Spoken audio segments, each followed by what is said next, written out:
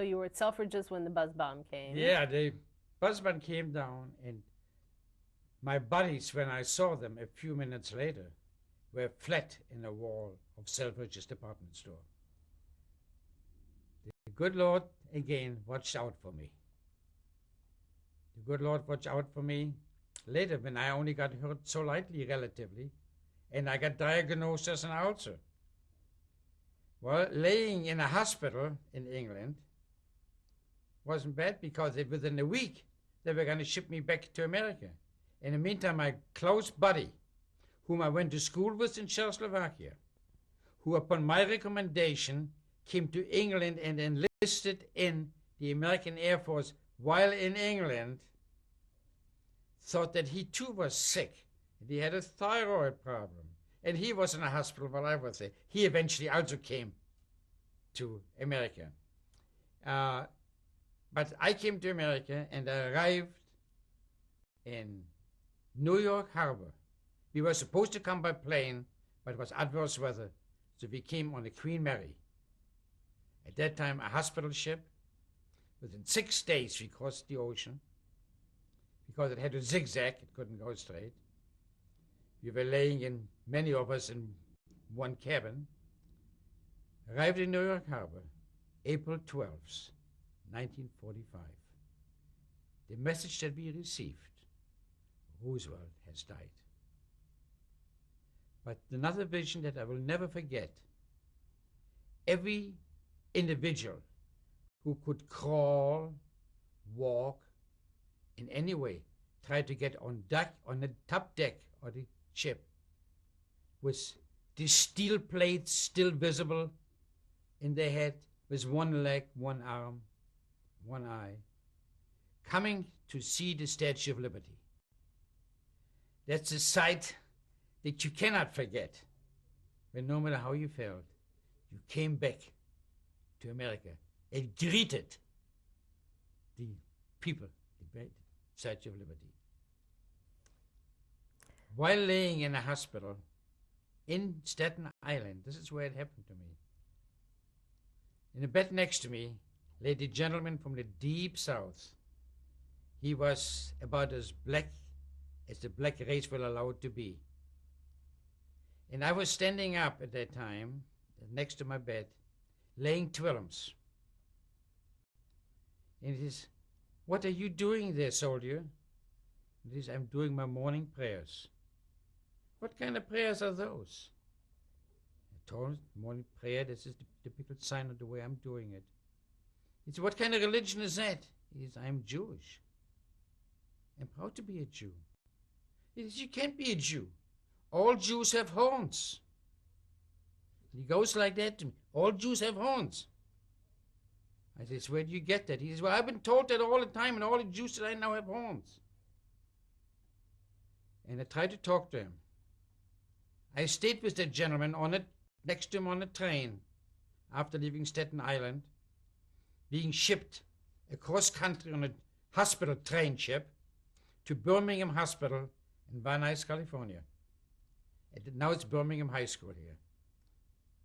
And I had a chance to talk to that gentleman. And I will call him gentleman because he was very kind and sweet. And I explained to him, of course, why horns with Jews, the statue of Moses, and the mistranslation by Michelangelo. And we became friends. And I wrote to him several times. I don't know whatever happened to him afterwards, but I wrote to him after I got discharged.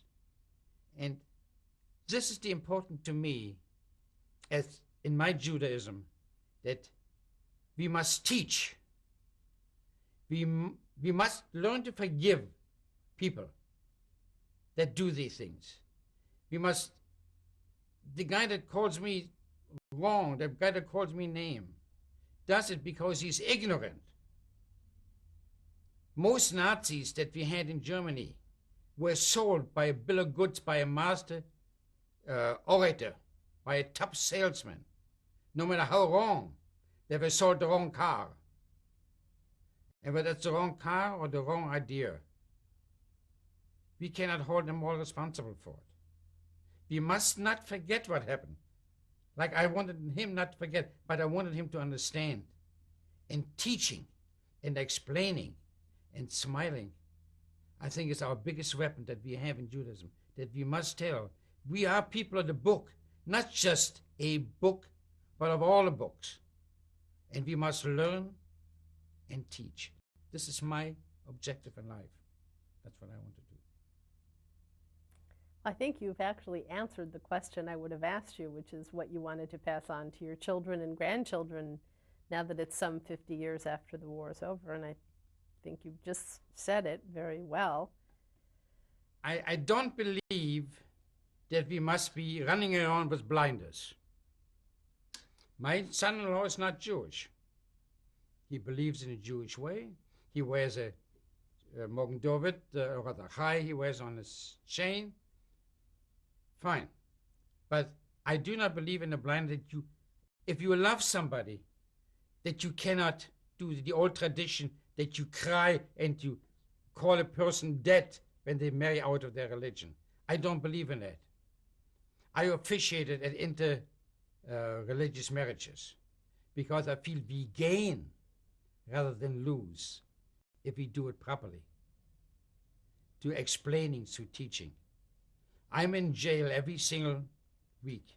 I'm a jail chaplain, both in Mojave and in Maricopa County, Arizona. And there are many of them that come to classes to learn. And I do not mind teaching and explaining.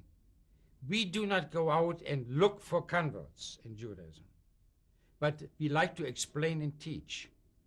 In my class in Mojave Community College, both of comparative religion in my class and beginners Hebrew, none of my students are Jewish. See? They want to learn more about the Bible, how to translate it. And if I can explain it to them and teach it with them, I'm making friends. And the more friends I have, the less are going to attack me. And that's important. I want my grandchildren to know, but I'm not telling them who they're going to go with. If they want to go with another race, with another color, with another religion. A heart and love is something crazy, you see. But that's up to them. But let's make friends and teach. And create, maybe some days we'll be able to convert the swords into plowshares. Just a couple last questions before we finish, because you've answered many questions that I would have normally asked you at the end. I know you have some children. Can you tell me their names? Okay. My number one is Ernest Michel. For whom is he named? He is named after my Aaron and Leo, my the grandfathers on both my wife's side and my side at that time. So Aaron, my Jewish name, by the way, is Shloimer ben Yaakov, and after Shlomo ben Yaakov, it's pronounced today, after my dad and grandfather, was my dad's father. And you have another child, don't you? You have another child? Yeah, and my daughter, her name is Shelley Miriam, and again named after grandmother on that side and one aunt. On your family or both? On both. We always try to do it on both. I've always been the type of person that is equal rights. And my son is not married. My daughter is married to Mr. Sanders, Ronald Sanders, and she has 2 children. The oldest one is Jillian, who is 18 now, and goes to college and works. And my younger one is Stephanie, 2 girls, and Stephanie is in high school now. Stephanie is an ardent baseball player. Are either of the girls named for anyone in the families? Yes. They were named after grand aunts at that time because all the grandparents were still alive at that particular time. Let me just ask you one last question, please. Of your family in Germany, did almost everyone get out, or did you perish in the Holocaust? Was it just your immediate family that? To the best of my knowledge, all but one of my relatives, the one that we met in Berlin, who was married to a non-Jew, they all perished in respective camps. And your own parents lived quite a long time, especially your mother. My dad passed away in '63 of a heart attack, in bed, fell asleep, very kind. He was a gentleman, and he died gently to the family. And my mother passed away on her 96th birthday, December the 13th of a year ago. And would that be 1994? 1994. And having some of her genes, some of her characteristics, and in fact even told some of her mannerism at times, I hope to, at my 76 coming up in 2 days, I hope to live at least another 49 years. I want to outlive Moses' age. I want to be 125 and see what the world has, see what medicine there is, and teach and help. That's what I want to do. Well, I think that concludes this part of the interview. We have some family coming to sit with you, I know, and some photographs. We're going to do all of that Okay. next. So thank you very much. It's my pleasure. If it will help nations, that's what we like. This is a picture of myself, Ernest Michel at that particular time. Ernest Michel, about age 1 year old, probably taken in Bromberg, East Prussia, or Poland now. What year? That would have been 1921, probably. Okay. This is a picture of my mother at age 95, taken in 1994, a short time before her death in December the 13th, 1994. In what city and country? And that picture was taken in Westwood, California, at the time that picture was taken. Okay. Perfect. This picture shows the lady of my love and myself, taken in March, in fact, March the 10th, in Florida, in Fort Lauderdale, Florida, during our vacation. Of course, I'm Ernest Michel, and the lady is Selma Einhorn. And what year was this photograph taken? In 1996, March the 10th. This is a picture of my son, Ernest Michel, and his prize-winning dogs, taken probably somewhere around November of 1995 in his home in Van Nuys, California. This is a picture of my daughter and son-in-law, Shelley, and my son-in-law, Ronald Sanders, taken mid-summer of 1995 at a special wedding somewhere in the San Fernando Valley, California.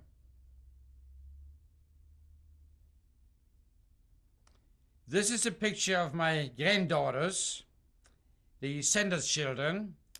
On the left, and the smaller one, is Stephanie.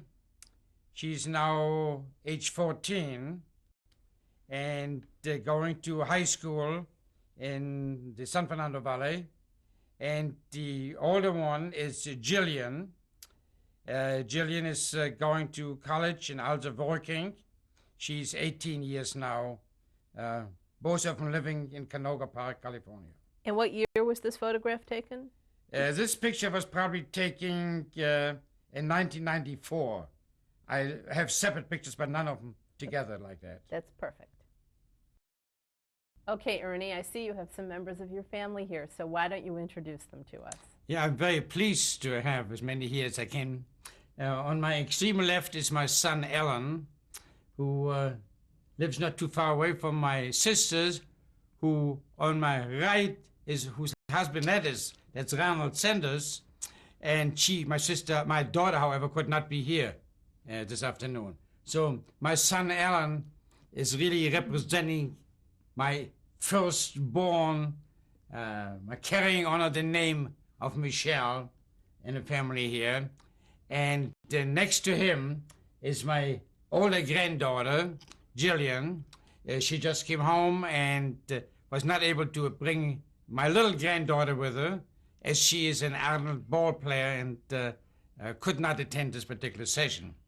While my son-in-law, Ran, who is here, just got off work, and he also is able to be with us here today. Too bad that his wife could not be here either. Okay, as I just mentioned, this is an opportunity. I'm sure, Jillian or Jill? Jill. Jill, okay. You must know an awful lot about the Holocaust. You're an adult now, basically. Is there anything that you feel you'd like to talk about or mention, knowing how your grandfather's life was uprooted due to that? No, I really don't know that much about what he went through. I know what it's about, but I don't know that much what he went through, and I don't know I don't know the people that we lost in it. So. But do you feel perhaps because of what happened, there are cousins that you might have had and yeah, aunts? there's probably a lot of more people we would have had in this family, but unfortunately they aren't. So I don't know any of them. Alan, do you have anything that perhaps you'd like to contribute? Well, just that there are family members, obviously, who I will never meet because they did perish, and other family members that are spread all around the world that I probably won't have a chance to meet because I don't travel as much as I should. So it did change everything, obviously. How much do you know? You must know a great deal about your father's. I know the basic story, yes, but that's all I really know. I don't know the intimate details, but the basic story, yes, I do know. And Ron, is that correct, Ron? Mm-hmm. Okay. I know you married into the family, but Right. but this must be an important aspect of some things that your wife must feel as well. She was lucky. She was lucky to have grandparents, and so just as you, Alan, there are most people who, from your generation, who didn't have grandparents. Are there things that you feel, having come into the family, that you might like to talk about? Well, coming into the family and understanding the Jewish ways and living by it since I married my wife, and I'm trying to understand about the Holocaust and what was going on, and as they put it on TV and they showed it on TV, it bothered me a lot.